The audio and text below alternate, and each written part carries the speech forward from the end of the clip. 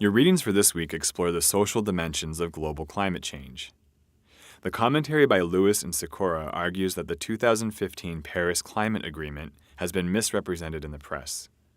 They identify a number of ways in which its significance was exaggerated or treated uncritically in a New York Times article that they see as representative of coverage.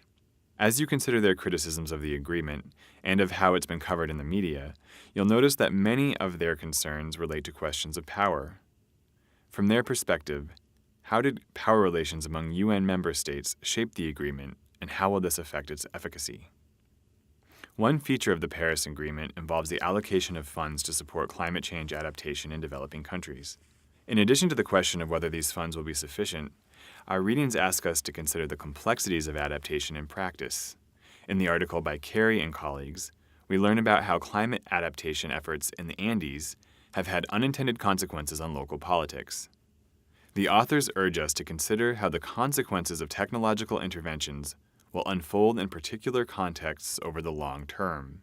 This suggests that such interventions are never simply technical, but also always political, and that those responsible for implementing climate change adaptation should be deeply informed about the local context of their work.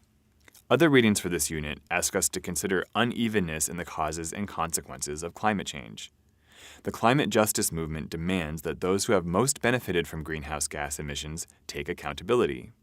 But what does accountability entail? You'll do one set of readings that complicate the question of climate refugees.